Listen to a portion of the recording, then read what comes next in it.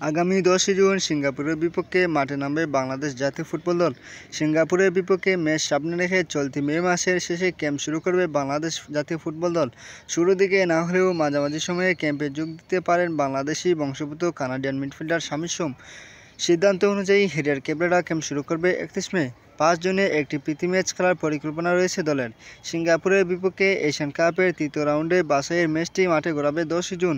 বাংলাদেশের হয়ে খেলার জন্য প্রয়োজনীয় জন্ম নিবন্ধন, বাংলাদেশ পাসপোর্ট ও ফিফার প্লেয়ার্স কমিটির ছাড়পত্র পেয়ে গেছেন শামিত। আর কোনো বাধা না থাকায় বাফুফে চাইছে সিঙ্গাপুরের বিপক্ষে 27 বছর বয়সী এই মিডফিল্ডারকে খেলাতে। বাংলাদেশ ফুটবল ফেডারেশন বাফুফে সহ সভাপতি ফাদ করিম বিডি নিউজ 24.com-এ জানিয়েছেন, জুনের প্রথম সপ্তাহে ক্যাম্পে যোগ দেবেন শামিত। আগামী মাসের 1 তারিখ খেলা আছে শামিতের। ওই খেলা শেষ করে সে বাংলাদেশে আসবে।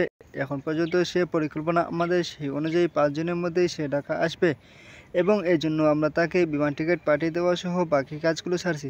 শামিতের বেড়ে ওঠা কানাডা। 2020 সালে কানাডা জাতীয় দলের হয়ে তিনি 2টি ম্যাচ খেলেছেন।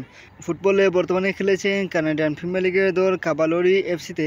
এই দলের হয়ে একজন কানাডা প্রিমিয়ার লিগে ফোর্সের বিপক্ষে মাঠে নামবে শামিত। ম্যাচটি শেষ করে তিনি বাংলাদেশের উদ্দেশ্যে রওনা দেবেন বলে জানালেন ফাদ করিম। বাংলাদেশের হয়ে খেলার ছাড়পত্র পাওয়ায় সে ভীষণ খুশি।